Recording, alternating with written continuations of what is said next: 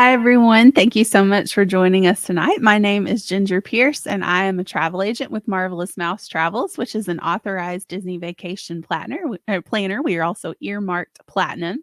If you are just joining for the first time, my YouTube channel or my Facebook page, first of all, welcome. Thank you so much for joining us. But you have made it just in time to hear the results of the round one voting for this year's Marvelous Madness tournament. And so this year's tournament is all about the best rides in Walt Disney World. And for the past couple of days, so many people have been voting and letting their voice be heard as to what they think is the best ride at Walt Disney World. So we're really excited to share those results with you tonight. I'm going to be joined tonight by my better half, my husband, Evan. So, Evan, welcome. Definitely not the better half, but I appreciate that. So let's just jump right into it. Ev, you want to go ahead and reveal the results of the first region here? Absolutely. I'm going to share my screen. Ta-da. So we got the whole bracket right here. The first region, the park that we're going to look at is Hollywood Studios. All right. So first matchup. Now, actually, what's interesting, I think this is an example of just how good of a park Hollywood Studios is, because these first three matchups were actually the three closest matchups in all the voting. So this first one, Rise of the Resistance and Tower of Terror. Tower of Terror got a lot of love, but it didn't quite beat out the Rise of the Resistance. It was 55% to 45%. Don't let those numbers fool you. That is actually only a difference of 4 votes. That's it. So that was a very close matchup. Yeah, I mean, honestly, I knew that one was going to be difficult for people to choose between. You're talking about one of the most iconic, probably the most iconic ride at Hollywood Studios is Tower of Terror, up against, brand new ride technology in this immersive storytelling experience in Rise of the Resistance. So they're both awesome, but they're awesome for different reasons. Obviously, you guys know, if you joined us for the bracket reveal show, my pick was Rise of the Resistance. That's my overall number one seed to win the whole thing. That's my personal favorite ride at Walt Disney World, but I'm not at all surprised to hear that the voting between those two was tough, because they are just both great attractions. Katie said she loves Rise of the Resistance. I totally agree. 100% totally agree. It's incredible. It is absolutely the beauty of it is, I was talking with Ricky today. Ricky loves doing this with us, voting and everything. The Rise of the Resistance, it is from the moment you see Rey and there's a hologram image of Rey, the moment you see her to the end of the ride, it's 15 minutes long. That's a whole experience. Like, it's not just a ride, it's an experience. It's amazing. So totally agree with Katie. Let's see. All right, Mickey's Runaway Railway against Toy Story Mania. That was going to be a tough one from the get-go. I knew that would be tough. And what do you know? Our first upset of the tournament right there, Toy Story Mania, took that one, and it was very close, 46% to 54%. That was actually only, here, I got it right here, 2 votes. That's it. That's how close it was. 2 votes separated them. Yeah, and again, I mean, I love both these rides. So this one, I would have almost had to flip a coin between these two because I like them both. But Toy Story Mania is fun because it's interactive. Like, you're playing games, you're in competition with the person in the car next to you, and so it's definitely fun if you win to kind of have a little bit of bragging rights. Evan and I are both fairly competitive people, and so it is nice for us to play, games like that, or Buzz Lightyear Space Ranger Spin in the Magic Kingdom, because there's a healthy competition between the two of us when we ride those. That is an accurate assessment. Yes. Couple people chimed in. Katie was pumped about that one. And Micah said Rise of Resistance was their last ride scheduled for the day and it broke down. Oh no. So they never got to ride it, but they're excited to experience it for the first time, hopefully this May with the park hopper. They said, I think our chances are better. So I hope you get to ride it too. Absolutely. Yeah, that one, it does I don't think it goes down as often as Test Track goes down, but it definitely can. There are so many components to Rise of the Resistance that sadly it can go down, so that's always sad, but hopefully better luck in May. Fingers crossed. All right. So the 3 versus 6 seeds, Slinky Dog Dash against Rockin' Roller Coaster. And it was Slinky Dog that edged out Rockin' Roller Coaster 56% to 44%. That was a difference of not too many votes either. Let's see here. That was 5 votes. That's it. 5 votes separated those two. All of these have been really close. Like, I'm very surprised by how close these have been. Now, Evan, which one of these, because I know you love both of these rides. If you were voting, which one would you have picked? Oh my goodness, that's a tough question.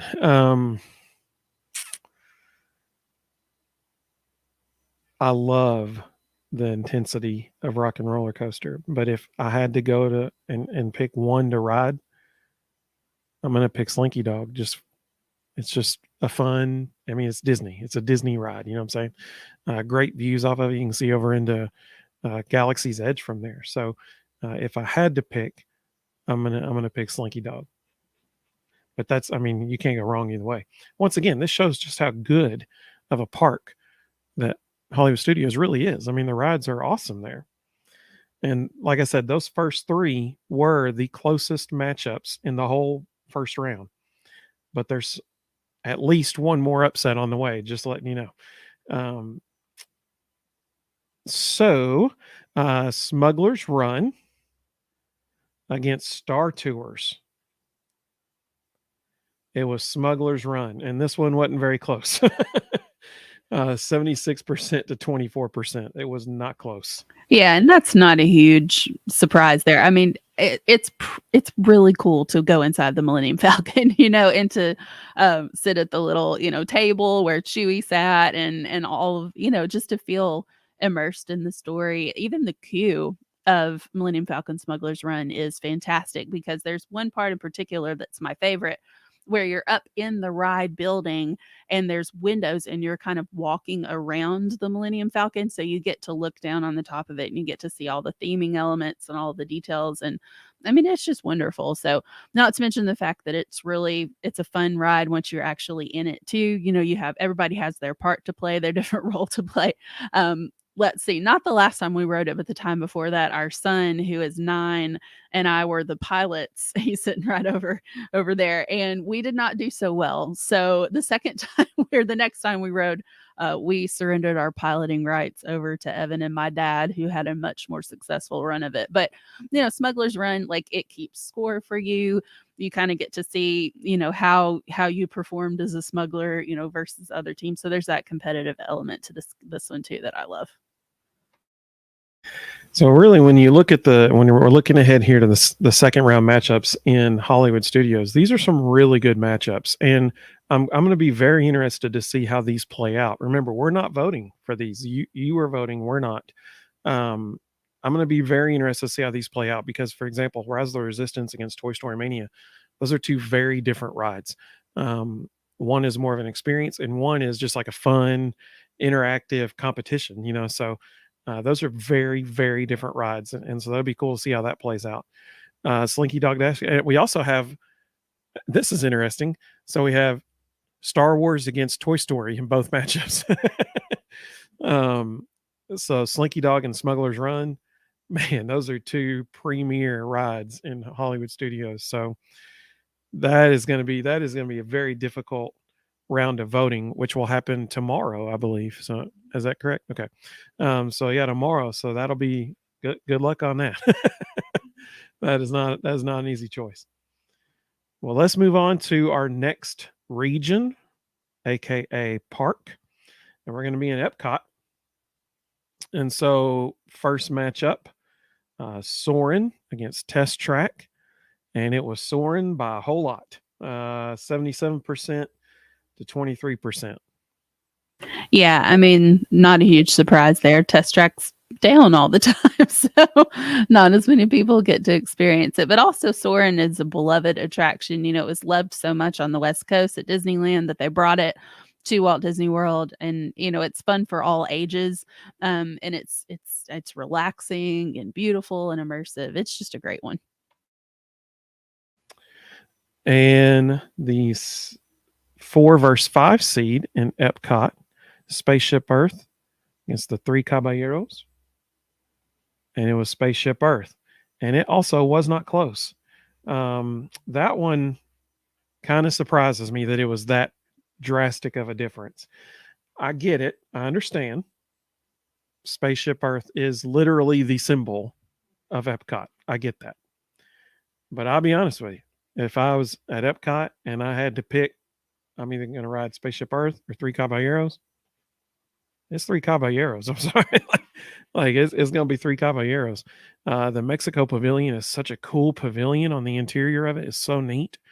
And that's just a fun, relaxing, fun little ride. So that would have voted Three Caballeros, but I get it. Spaceship Earth is the icon. Well, and two, it's interesting this matchup, Soarin versus Spaceship Earth. I'm very intrigued to see where that's going to go because, again, these are both two beloved rides. You've got the symbol of Epcot up against Soarin, which was a tier 1 fast pass back in the day. So I'm very, very interested to see how the voting goes on that one tomorrow. That's a very good point. Remy's Ratatouille Adventure against Seas with Nemo and Friends. So this one kind of surprised me at first. For quite a while, this was a very close matchup. And then it turned out not so close. Remy's ended up winning, but it was 65 to 35%. And like I said, for a while, it was really close. Surprisingly so. I mean, they're both good rides. But I figured the recency bias of Remy's would take over, and people, it's new, so I figured that would take over. And eventually it did a little bit, but that was way closer than I anticipated. All right, and let's see here.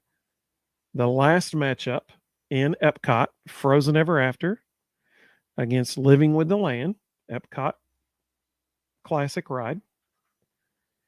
And it was Frozen Ever After, and honestly, that one was really not close. It was 70 to 30. That one was not close. And I get it, man. Frozen's a great ride. It is. And, it'll be interesting, this matchup too, Remy versus Frozen, because those are the two, I think right now Frozen is included in Genie Plus. I would have to double check. I know it was a couple weeks ago. I'd have to double check and make sure that's still the case. But at first, these were the two individual Lightning Lane attractions in Epcot. So you have what Disney at least prioritizes as the two most popular rides in that park facing off against each other. So that'll be really interesting to watch tomorrow too. That's some good insider info right there. Man, she knows her stuff. And her help is free. It's like the best of both worlds. Let's see. Our next region or park is Animal Kingdom. And our first matchup, Flight of Passage against Dinosaur. It was not even a little bit close. This was by far and away the most drastic margin of victory, 93% against 7%. Yeah, that surprises no one. Flight of Passage, again, I will be very surprised if we don't see Flight of Passage making it pretty far in this tournament. People love that ride for good reason, so I'm not at all surprised that it blew Dinosaur out of the water.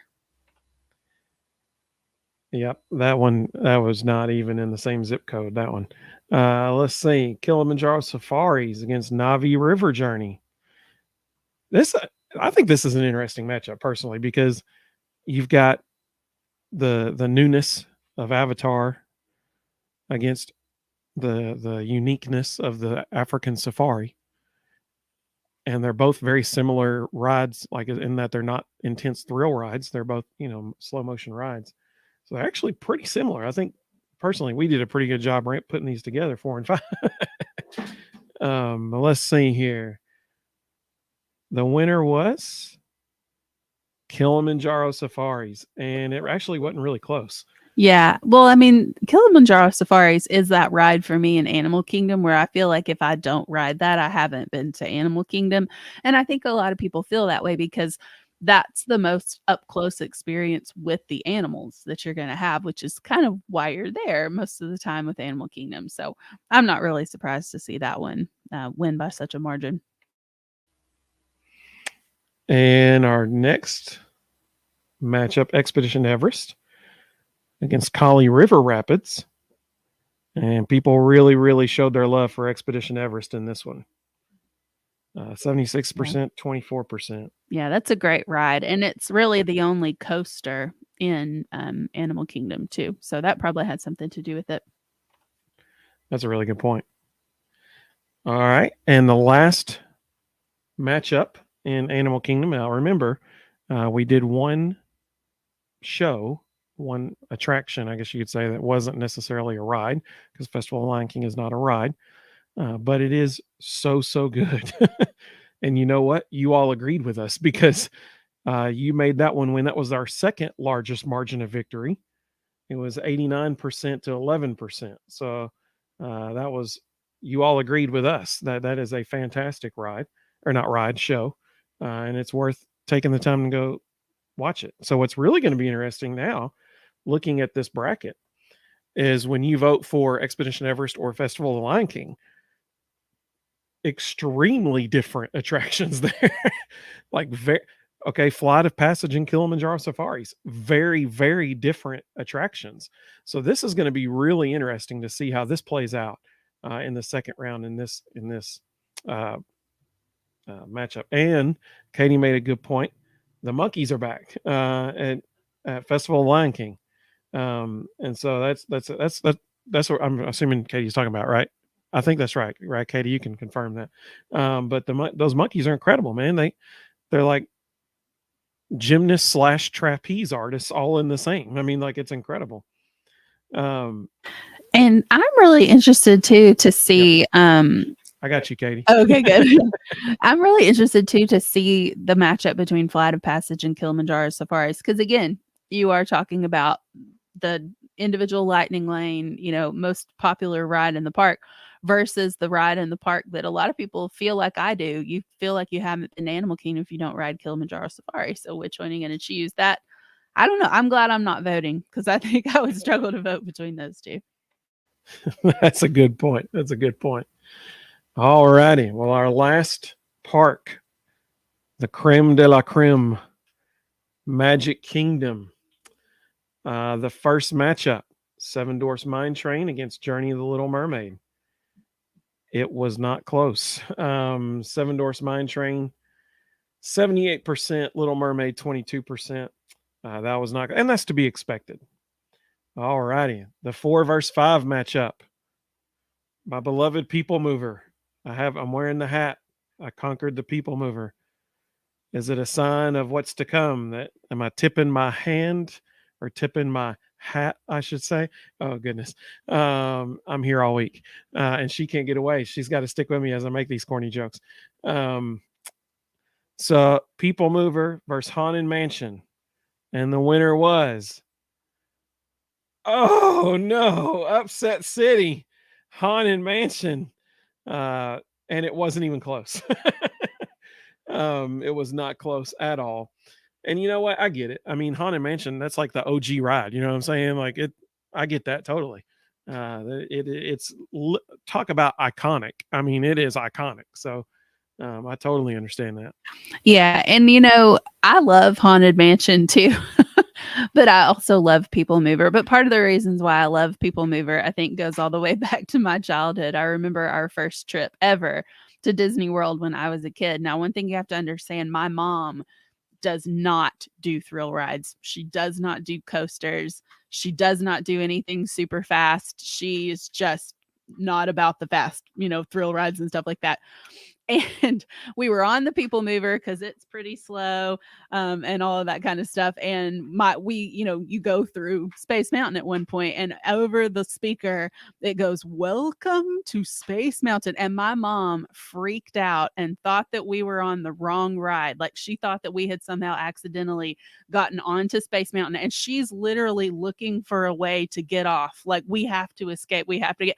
And so, like, that, it was just one of those things where in the moment it was hilarious. It's become, the story that we tell in our family all the time, year after year, when we're reminiscing about our first trip to Disney. So that's part of the reason why the People Mover is so iconic to me, is because of personal history. But I mean, honestly, if I'm being unbiased here and talking about which one's more iconic, People Mover or Haunted Mansion, I got to give it to Haunted Mansion too. Yeah, I totally agree with that. Like I said, that was just our personal thing. I love the People Mover. It's just so relaxing. You get great views into Tron. It's great. Ricky, he has joined us now. Rick, that's pretty good. He was giving me a hard time about that the other day. People Mover, not iconic. It's not as iconic as Haunted Mansion. I can tell you that much. That's for sure. All right. So the 3 versus 6 matchup in Magic Kingdom, Space Mountain, or Magic Carpets of Aladdin. And this one was not close either. Space Mountain took that one by a large margin of victory, 80-20. So 80% to 20%. And then our last matchup. Now, this one intrigues me.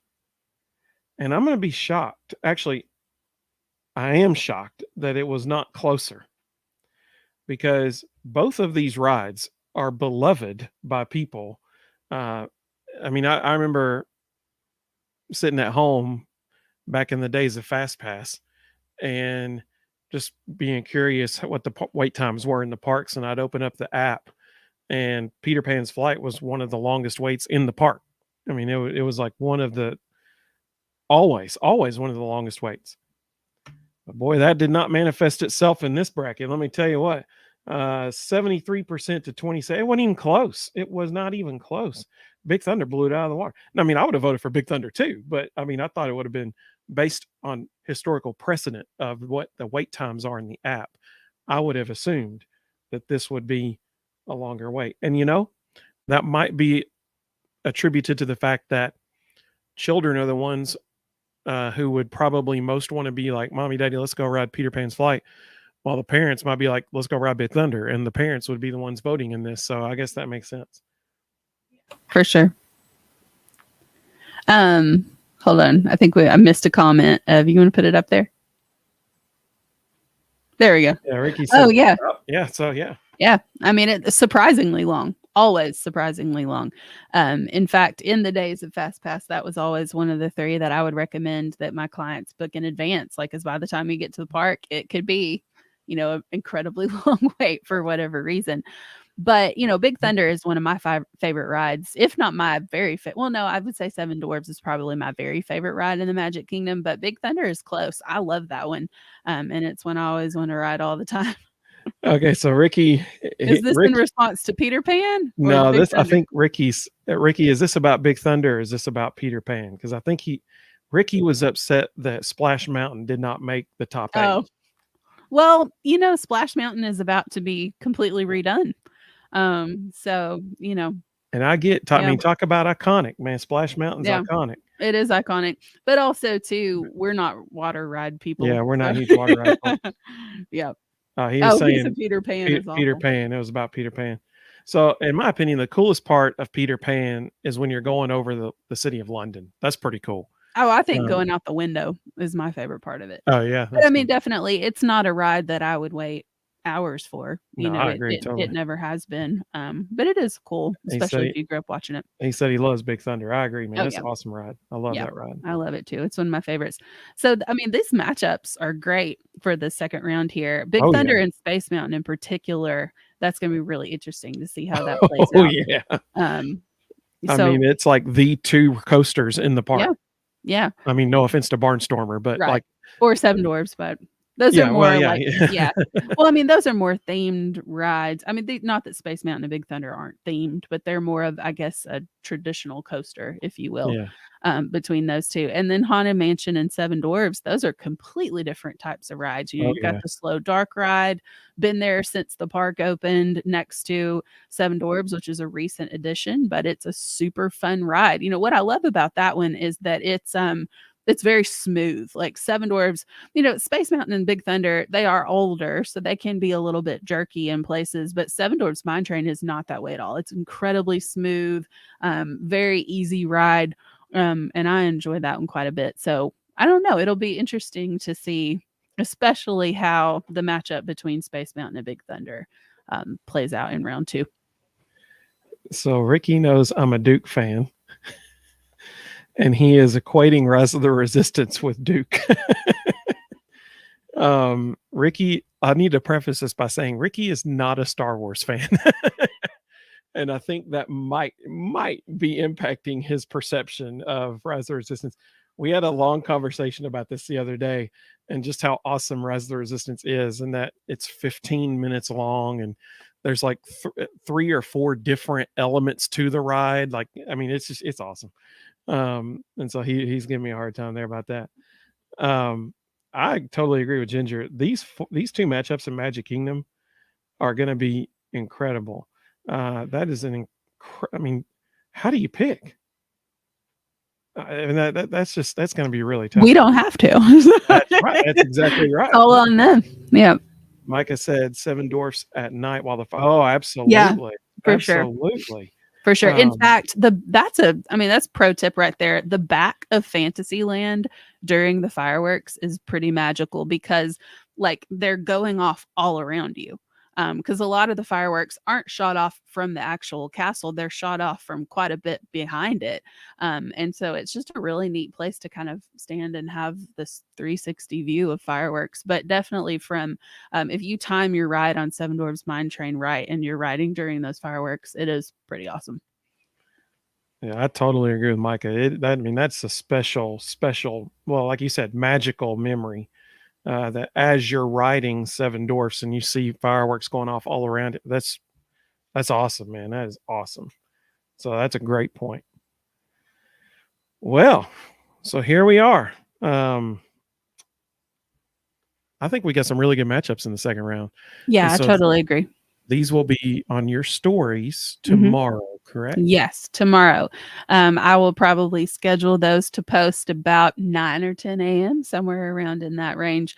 And so you can find those on Facebook or Instagram, and then we will tally the results and probably will we do another results show tomorrow? I think we're going to have to, Yeah, yeah. I think we're going to have to because we're going to be traveling Thursday through Sunday of this week. So yeah, definitely we will have our results show then about the same time tomorrow night. But we'll post about that and let you know specifically what time. But yeah. I think probably, we'll do the results show tomorrow night, and then the next round of voting. So tomorrow will be the Sweet 16. And then the next round of voting will be the Elite 8, and that'll probably be on Sunday. Well, no, I think tomorrow is the round of 32, right? Well, no, because we only had 32 to start with. Oh, that's right. Yeah. So tomorrow is the Sweet 16. Yeah. We cut out a whole round. Yeah, that's right. We did. Yeah. For brevity's sake. Yeah. So Sunday night, we'll tally the results of the Sweet 16. Okay. And then what do you think? Do a live Monday night? Yeah. To reveal the Elite 8. Sounds good to me. Then we'll vote on the Elite 8 next Tuesday. Sounds great to me. Right, that'll be the plan. That's a good plan. Yeah.